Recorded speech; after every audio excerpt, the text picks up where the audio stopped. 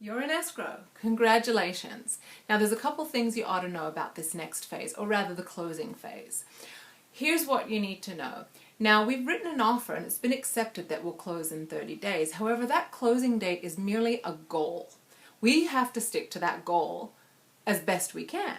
But there are so many moving parts in an escrow. You've got the buyer's team, you've got the seller's team, you've got the city, you've got the lender, you've got escrow. There's a lot that can get delayed. And there's public holidays, all this happens. A lot of things will push it a day or two here or a day or two there. So you don't want to set your moving day for the next day after closing. Give yourself a 10-day to 2-week buffer. That's very important.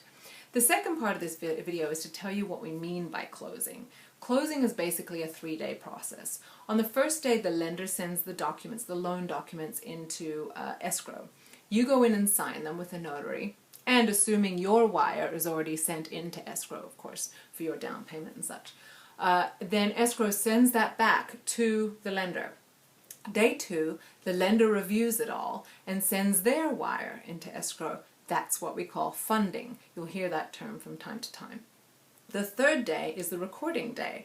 That's when it gets recorded with the city, and they confirm that sometime after 3 o'clock in the afternoon, and then the property is yours. So that's the 3-day process of closing.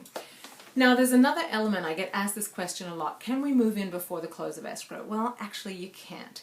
There's all kinds of liability and insurance problems that happen when people do that. And it puts you in a bad position because if something should happen, the lender can pull their funding and then you don't get the property.